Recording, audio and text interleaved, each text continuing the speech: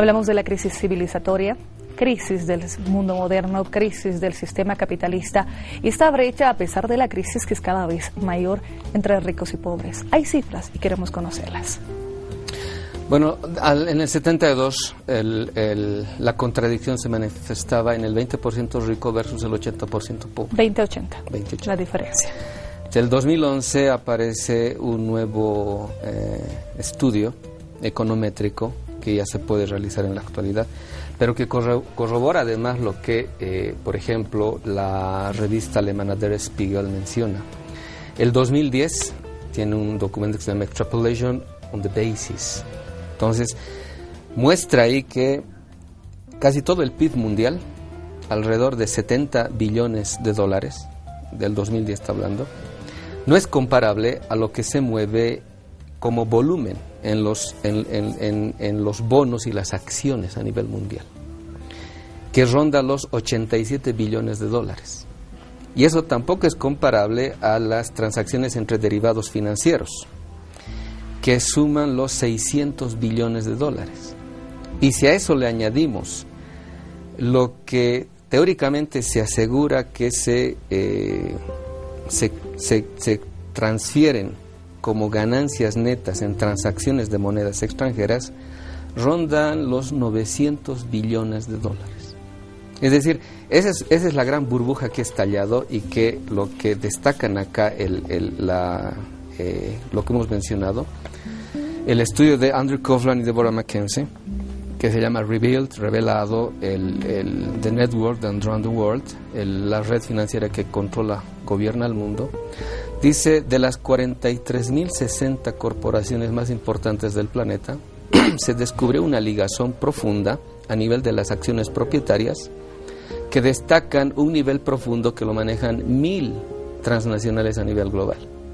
De esas 1.000 transnacionales, en conjunto, logran acaparar el 60% del control económico del globo. Entonces, lo que decíamos al principio, en 1913, los Rothschilds ingresan su economía, sus finanzas a Estados Unidos. Se alían con los Morgan Stanley, los dueños de la banca, y con los Rockefeller, los dueños del petróleo y de la Reserva Federal. Juntos van a ir controlando poco a poco aquello que después va a llamar en este célebre Farewell to the Nation del presidente Eisenhower, su adiós a la nación, cuando dice: no permitamos que el complejo militar industrial controle nuestras vidas.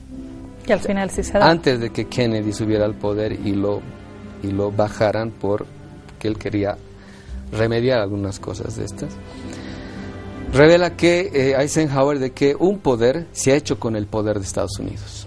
Es un poder financiero privado y que con la globalización se ha transnacionalizado y que ya no son solamente países, son entidades corporativas transnacionales que de estas 1.000, el 60% son bancario-financieras, ¿no? Están los Goldman Sachs, los Morgan Stanley, los Lehman Brothers, UBS Bank, HSBC de Inglaterra, Deutsche Bank, todos los grandes bancos ahorita controlan el 60% de la economía global. Entonces, eso le decía, si el 72 hablábamos de un 20-80, ahora es 1 versus 99%.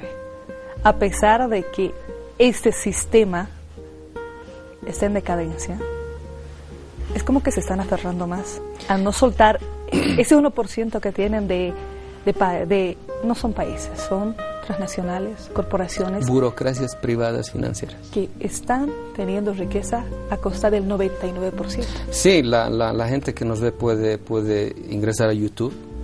Se llama Testimonios de un corredor de bolsa, se llama.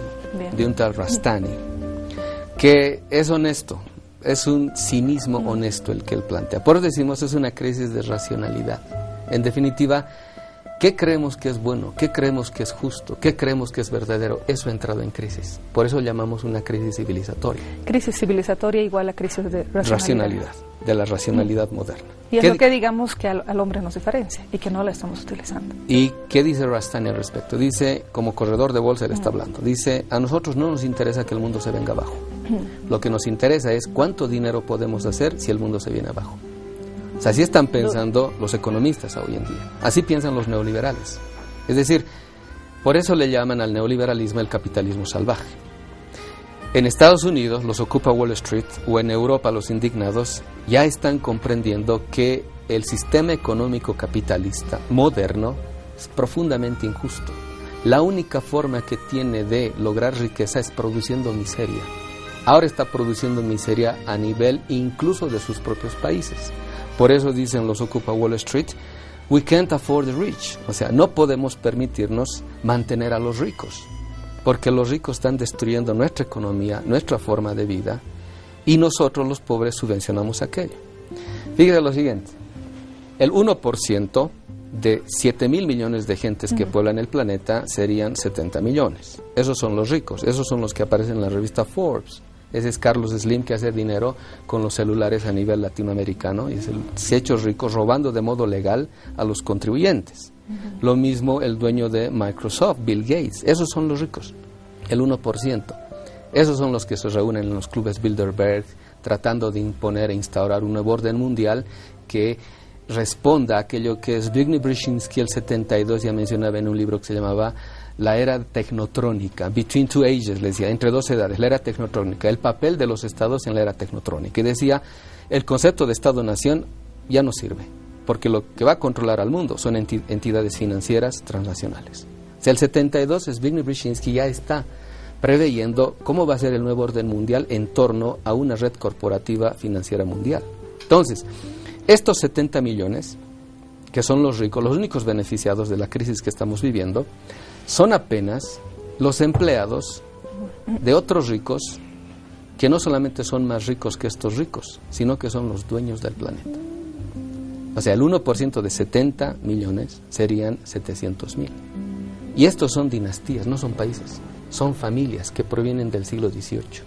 Son los Rothschild, los Rockefeller, los Lehman Brothers, los Morgan Stanley, toda esa gente.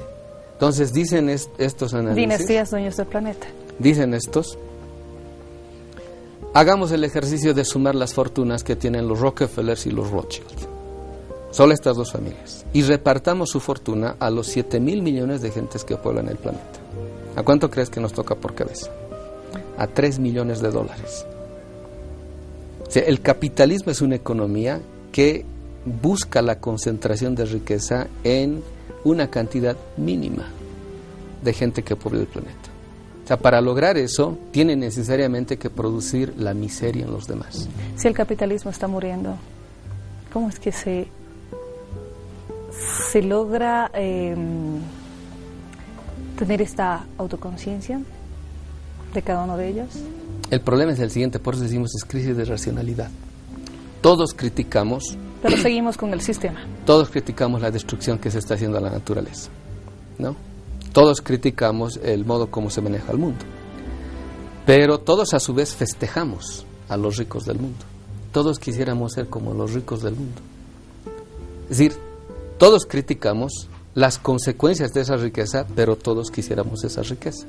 Es decir, nuestro sistema de creencias es lo que está mal. El mundo moderno nos ha hecho creer que solo con la adquisición de los bienes materiales uno consigue la felicidad. Pero si uno se pone a pensar, uno no necesita mucho para ser feliz. E incluso nuestro concepto de riqueza está equivocado. Por eso la mención popular que alguna vez hacía Facundo Cabral, rico no es aquel que más tiene, rico es el que menos necesita. Pero en el mundo en el cual vivimos, decimos, todo está en crisis, hasta los valores han entrado en crisis, pero todos festejamos los valores modernos, por ejemplo, la competitividad, la eficiencia, la racionalización de las funciones de las instituciones públicas. Todos festejamos eso, y esos valores que hacen posible el movimiento de nuestras instituciones y de nuestras propias vidas es algo que pone en movimiento la economía en torno a la acumulación de ganancias de capital y de expansión del mercado. Es decir, nosotros en última instancia legitimamos el mundo que tanto criticamos porque no ponemos en crisis sus más básicas creencias. Cuestión de racionalidad, lo decíamos. Cuestionamos, criticamos, observamos cómo se desarrolla el mundo moderno, la globalización, ese estilo de vida, pero somos parte de ella. Nos vamos a una pausa, ya retornamos.